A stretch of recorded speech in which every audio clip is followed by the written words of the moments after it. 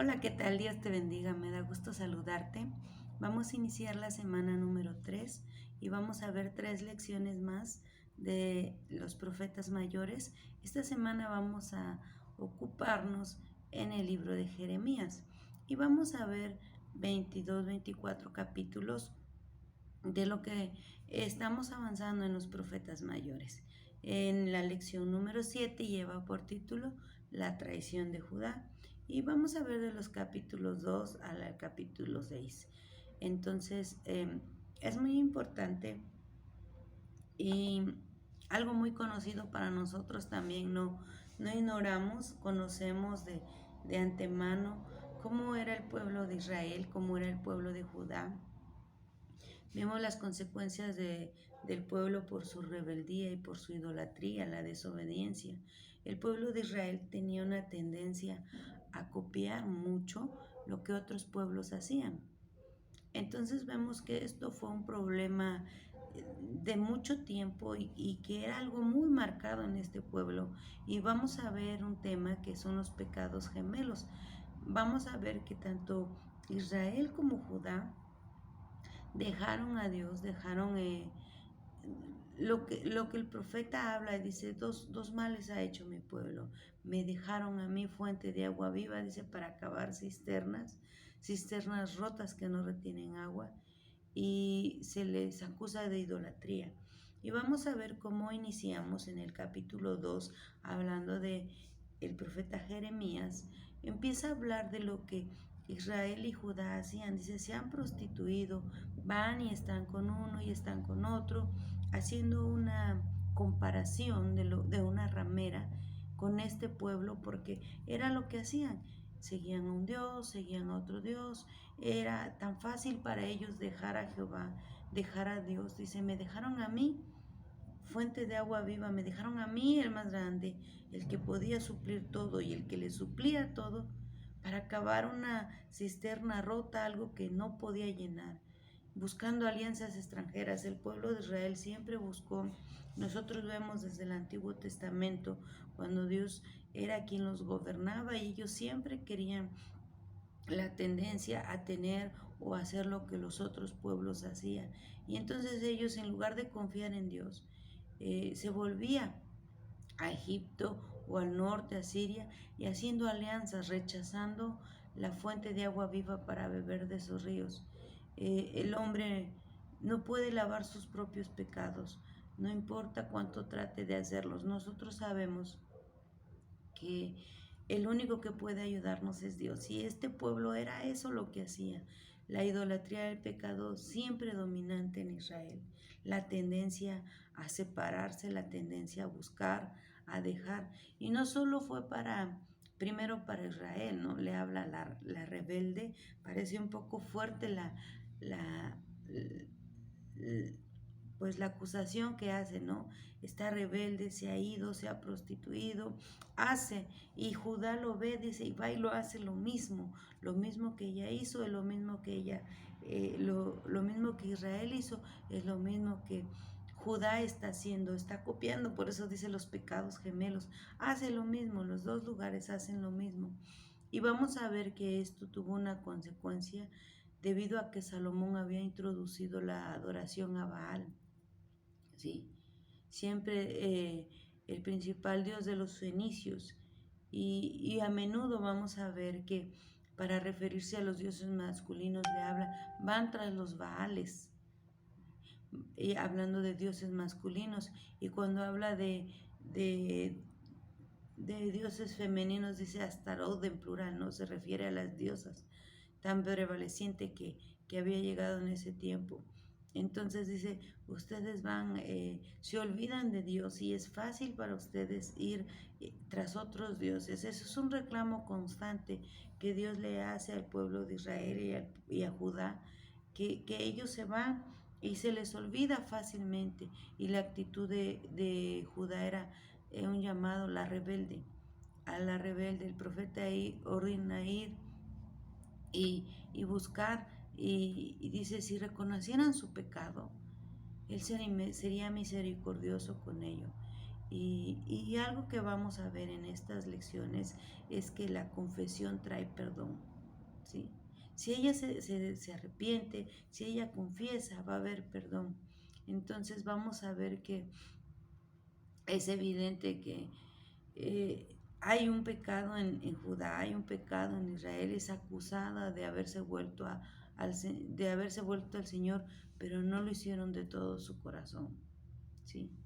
Sino que mentirosamente, engañando, aunque tenía delante de ella la advertencia del fracaso, no había venido al reino del Señor, no continuaba con su idolatría. Su arrepentimiento no era genuino, no era real.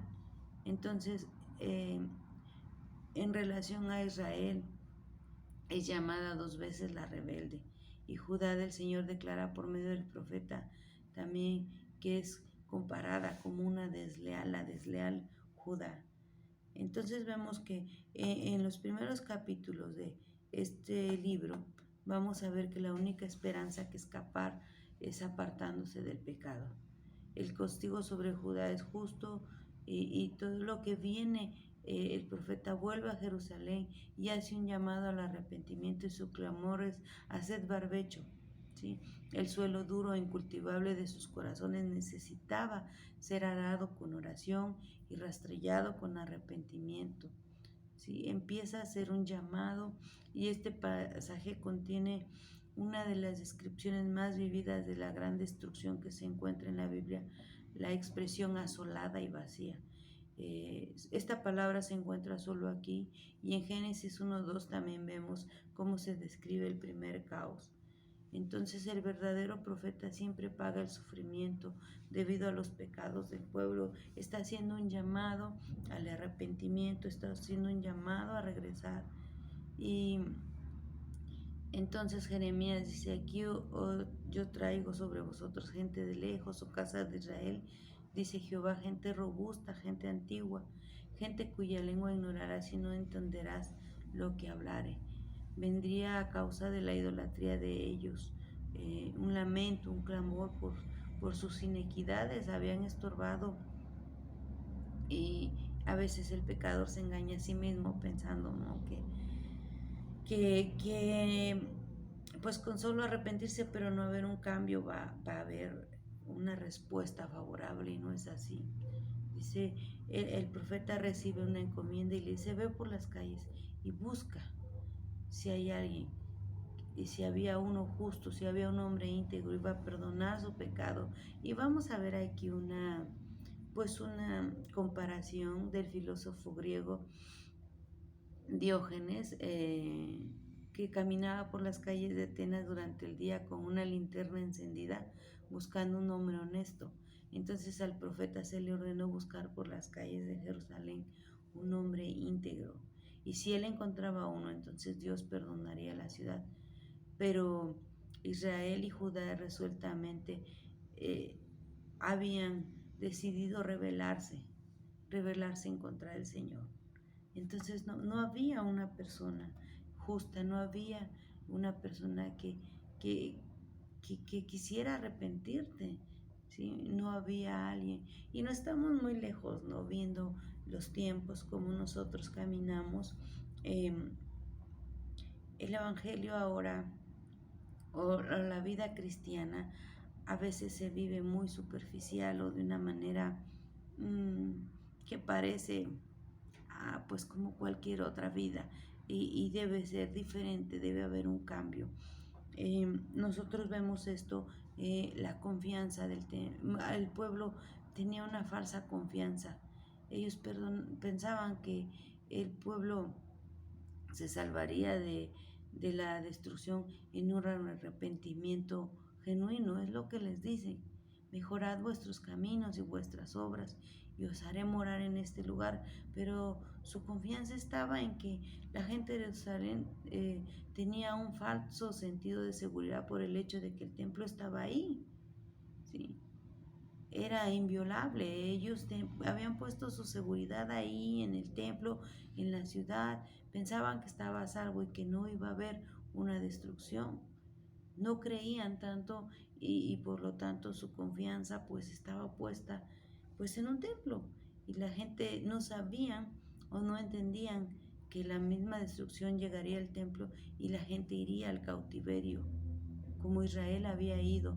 Dios ordena a Jeremías no orar por ellos. Y vamos a ver 2 veces que Dios le prohíbe, no ores porque no te voy a escuchar. Y que difícil, ¿no? Cuando nosotros intercedemos por alguien o por algo y no va a haber respuesta a causa del pecado de tal persona, de tal situación. Esto había pasado, el pueblo se había corrompido tanto que aún habían levantado ídolos en la misma casa de Dios. Esto es bastante perturbador y a veces un poco inconcebible, un poco difícil de creer el hecho de que un pueblo tan obstinado en regresar a lo mismo, la idolatría, cuando Dios solo pedía algo, una exclusividad para Él, una exclusividad de servicio y de corazón y entregar. Es algo que nosotros hemos escuchado desde el inicio, que Dios es un Dios celoso y si algo Dios pide de nosotros es nada más Él ocupar nuestra vida. En ese sentido, Dios sí es celoso, es decir, que nuestro corazón solo para Él. Y nosotros vemos en el pueblo de Israel cómo iban tras un Dios y otro, y era fácil para ellos introducir esas costumbres, introducir dioses nuevos, costumbres nuevas, y nos parece hasta cierto punto inconcebible o difícil de entender, de creer por qué lo hacían cuando Dios está hablando.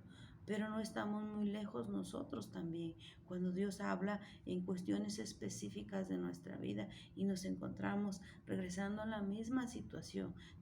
Todos batallamos o tenemos situaciones diferentes en las que Dios nos ha hablado a hacer un cambio, pero resulta que a veces nos encontramos en la misma situación otra vez.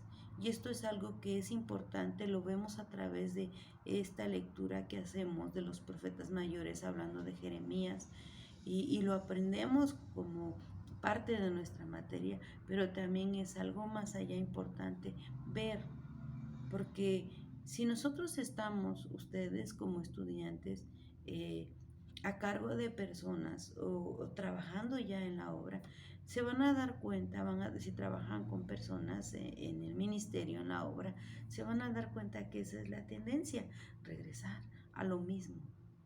Y a veces no lo entendemos y decimos, ¿por qué pasa esto? Pues Israel nos da un claro ejemplo de esto, ¿no? Un pueblo en desobediencia, un pueblo en idolatría, ¿sí? El principal pecado de ellos era el engaño. Pensar que Dios no se va a dar cuenta o va a pasar por alto. Y no es así. Judá y Jerusalén serían puestas en asolamiento, ¿sí? Sus habitantes serían esparcidos entre las naciones, ¿sí? La verdadera sabiduría consiste en conocer a Dios, en reconocerlo. Y vamos a ver en el capítulo 10 que el pueblo de Judá es acusado de adoración a la idolatría de los dioses paganos, ¿sí? Este es uno de los pasajes más largos sobre la impotencia de los ídolos en contraste con la impotencia de Jehová, ¿sí?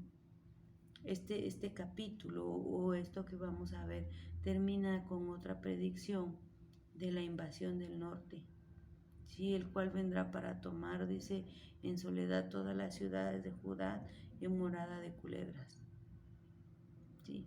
Está hablando durante el ministerio de Jeremías y el pacto de Dios, ¿sí? Ellos habían quebrantado un pacto y por haber quebrantado ese pacto habían perdido el derecho de vivir en Canaán. Demasiado tarde para orar.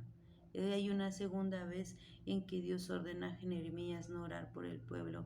Ellos habían rehusado oírle y así él rehusaría oír sus oraciones en los momentos de dificultad. Dios es tan paciente, su palabra dice que eres clemente y misericordioso, es lento para la ira y grande en misericordia. Pero podemos ver en este pasaje, en estos capítulos, hasta dónde había llegado la idolatría y el ir tras otros dioses y el profanar en la misma casa de Dios, introduciendo otros ídolos, al grado que Dios dice, no los voy a oír, así como ellos no me han oído, yo no los voy a oír. No, no intercedas por ellos, no pidas por ellos porque no los voy a escuchar. Debió haber sido algo tan difícil para Jeremías, ¿no? Más adelante vamos a ver que él es conocido como el profeta llorón. ¿Sí? Qué angustia para él estar intercediendo por un pueblo y Dios le dice, no voy a escuchar. Qué angustia. ¿Sí? No pasaría mucho tiempo sin que ellos fueran sorprendidos por la invasión de Jerusalén y fueron destruidos. No pensaban que esa destrucción vendría a través de de un exilio, ¿sí? A través de ser llevados a otros lugares. ¿Sí? El problema que afrontaba Jeremías es un problema antiguo, ¿no? Porque es prosperado el camino de los impíos. El profeta ruega que se le dé permiso para discutir el asunto con Dios. Y la respuesta de Dios se da en un lenguaje simbólico y le dice, si corriste con los de a pie y te cansaron, ¿cómo contenderás con los de caballos? ¿Sí? Y si en la tierra de paz estabas quieto, ¿cómo harás en la hinchazón del Jordán? El problema de Jeremías era cómo competir con otros corredores, cómo podría competir en contra de los caballos. Esto es cómo podría afrontar verdaderas dificultades. Si en el campo raso, deseo tranquilo, se fatigaba, ¿qué haría él en la jungla enmarañada y sin caminos del Jordán? Las dificultades más serias que le esperaban en el futuro. ¿Sí? Vamos a ver que entonces este pueblo era un pueblo así, un pueblo rebelde que batallaba con eso, ¿no? Sufría con eso y el pueblo eh, pues siempre era con la tendencia hacia ir hacia otros dioses. Esto no es algo que nosotros no conozcamos, sino es algo muy ajeno a este tiempo, porque si en ese tiempo era ir tras los dioses, pues ahora en este tiempo nosotros también enfrentamos situaciones, ¿no? Y vamos a ver en los siguientes capítulos, en la lección número 8, las advertencias, y vamos a ver 5 advertencias que en estos capítulos vamos a ver. Una de ellas es el cinto podrido. Eh, una de las características sobresalientes del ministerio de Jeremías fue la de las parábolas expresadas mediante ciertas acciones, y Dios le ordena al profeta que vaya y que compre un cinto de lino y dice, lo usa y luego lo esconde, dice, en un agujero en la roca en el Éufrates. Pues imagínense comprar algo nuevo y irlo a esconder, y, y cuando Jeremías vuelve a recibir la ordenanza, va y lo busca después de un tiempo, y pues si lo esconde donde había humedad, esto se pudrió y ya no servía para nada. Entonces este era un símbolo de Israel y Judá, a quienes Dios había tomado para sí, pero ahora para ninguna cosa eran buenas. Qué duro que haya una comparación así, ¿no? Algo que había escogido, algo que había comprado por corromperse, por ir tras sus deseos, no servía ya. Habla de los odres de vinos también, ¿sí? Que todos serían llenos, henchidos de vino, y la gente interpretó esto incorrectamente hablando de una prosperidad, pero realmente no significaba eso. Lo que significaba es que la gente estaría tan borracha que no podría defenderse a sí misma. Serían lanzados unos contra otros como vasijas de barro hechas pedazos. En lo físico nosotros hemos visto a una persona que está demasiado alcoholizada, no puede ni sostenerse en pie. Algunos llegan al grado que ya no pueden ni caminar. Esto era lo que estaba hablando. No era una prosperidad. Están tan metidos, tan degradados que ni siquiera van a poder defenderse, ni siquiera van a detenerse en pie. Yo recuerdo una vez caminando por una calle, vi a una persona que estaba demasiado alcoholizada y ya no podía caminar, y lo único que hizo fue abrazarse a un poste, y ahí estaba deteniéndose, abrazado, y se fue resbalando hasta batallaba por no caer al piso, y estaba abrazado literalmente a ese poste porque no podía sostenerse. Y esta comparación es así, ¿no? Esta gente estaría tan desprotegida, tan débil, tan inestable, que fácilmente serían lanzados unos contra otros como vasijas.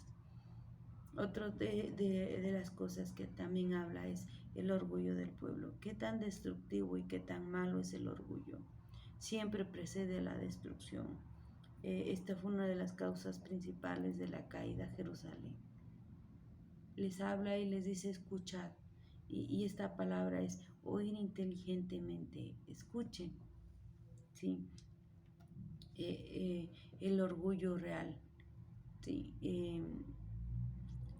Dios les habla y les dice que se humillen o se les ordena, y su reino sería destruido por la invasión de las ciudades, y había un orgullo en el pueblo, el pecado incambiable. Judá no podía dejar su pecado por más que lo dice en el quinto punto, dice, no podía dejar su pecado más de lo que los etíopes podían cambiar su piel oscura o el leopardo sus manchas. Solo Dios podía limpiar a Jerusalén, y ella rusió ser limpiada. Qué comparación o qué metáfora, y es fuerte, pero también nos hace ver qué difícil estaba esa situación. ¿Por qué? Porque hace una comparación, dice, los etíopes no podían cambiar su piel oscura, y eso es algo imposible. Una persona que tiene piel oscura no puede blanquear su piel, no puede cambiar, o un leopardo sus manchas, quitarlas. Entonces en esa metáfora o en esa comparación habla que era tan difícil que ese pueblo se dejara su pecado. Nos damos una idea qué tan arraigado había sido eso en este pueblo, por qué había llegado tanto. ¿Sí? Hay una caída inminente, una sequía, y la sequía es una de las, hablando naturalmente, la sequía es una de las calamidades más feas. Entonces está hablando, haciendo una comparación que es serio el pecado de Judá que se indica.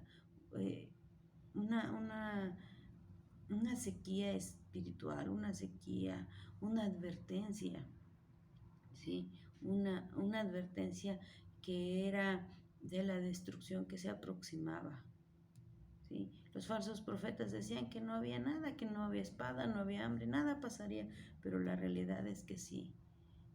Entonces, una de las causas principales de la cautividad babilónica fue el reinado malvado del hijo de Ezequías, Manasés, quien condujo a la nación a una idolatría espantosa. ¿Sí? El pueblo se apartó de Dios y Dios se apartó de ellos. Y Jeremías lamentaba este hecho, como él había nacido en un pueblo donde él era un hombre de contienda y discordia todo el tiempo, en toda la tierra era eso. Y a pesar de que él no se había visto en problemas, envuelto en problemas, pues siempre estaba hallado ahí. Estaba en esa situación. Qué desgastante cuando a veces nosotros nos encontramos en situaciones así. Quizás esa era la situación de Jeremías, ¿no? Y el único consuelo y lo único que a él le fortalecía, dice, fueron algo que él encontró, dice, fueron halladas tus palabras y yo las comí, y tu palabra me fue por gozo y por alegría de mi corazón.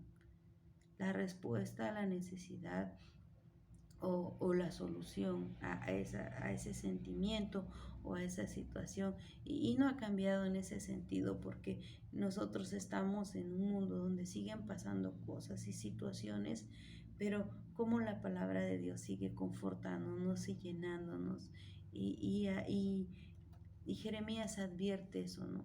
A Jeremías se le prohíbe o se le ordena casarse, y le dice, no tomes esposa. es una señal de los horrores que vendrían sobre las esposas y los niños en la próxima destrucción. También le dijeron, no vayas a casa de luto o no vayas a una casa de fiesta, de convivencia. Y pues lo primero era un símbolo de que aquellos que tuvieran una pérdida o que perecieran no serían llorados. Y lo segundo es que el gozo y la alegría cesarían en la cautividad, ya no habría más. Entonces imaginémonos cómo, cuánta gente, por qué los castigos eran tan severos cuando ellos habían decidido deliberadamente apartarse y la causa principal era la idolatría. Fue la causa principal de la cautividad de Babilonia. ¿Sí?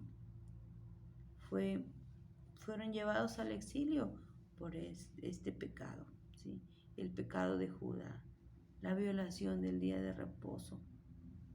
Cuántas cosas que el pueblo seguía haciendo, ¿sí?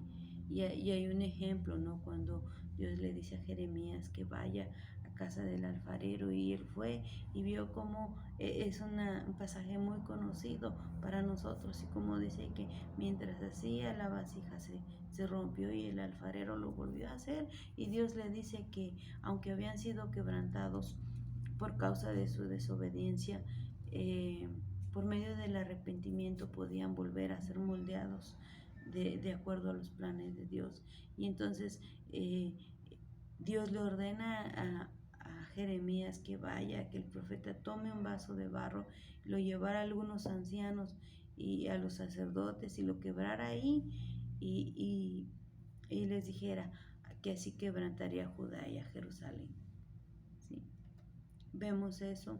Entonces, Jeremías, perdón, estuvo en esa contienda constante, al grado que tuvo que otra vez en conflicto con los sacerdotes, es llevado y castigado, puesto en un cepo y ahí expuesto a que todos lo vieran, que todos lo vinieran y dice Jeremías, ¿no? Ay, dice, tanto es esta palabra, dice, había un fuego sobre mí, traté de sufrirlo, dije, ya no más voy a hablar. Y al rato ya estaba hablando otra vez, ¿no? El amor y el deseo.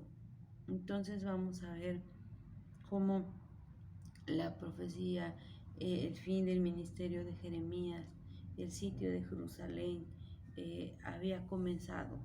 Había tantas cosas que estaban ya pasando, cumpliéndose eh, respecto a Jeremías. Y vamos a ver, quisiera también, viendo ya en el tema número 9, los últimos reyes y profetas de Judá, ¿sí? Cómo empieza a hablar también de los reyes, de los profetas. Vamos a abarcar en estas 3 lecciones hasta el capítulo 25. ¿Sí? Y hay algo que vamos a ver en este capítulo, que es en el capítulo 24, ¿sí? Después de que Nabucodonosor hubo llevado a Joacim, llamado Jeconías, cautivo a Babilonia, juntamente con los obreros, Jeremías tuvo una visión simbólica y vio 2 canastas de higos, una con higos muy buenos y otra con higos muy malos. Y se dijo que los higos buenos representaban a aquellos que ya habían sido llevados al cautiverio, los cuales se volverían a Dios. Y los higos malos representaban a Sedequías y a la gente de Jerusalén, juntamente con aquellos que ya habían ido a Egipto. ¿Sí? Algunos acerca de estos últimos no sabemos nada definido, aunque parece que habían sido llevados a Faraón Necao juntamente con Joacás, y aquellos que estaban representados por los higos malos serían esparcidos y destruidos. Entonces nosotros vemos en esta, ¿no? En esta visión, vamos a ver varias visiones y varias cosas que encontramos en Jeremías y que vamos a ver que son importantes. La visión del fin también, yo les animo que vayamos leyendo.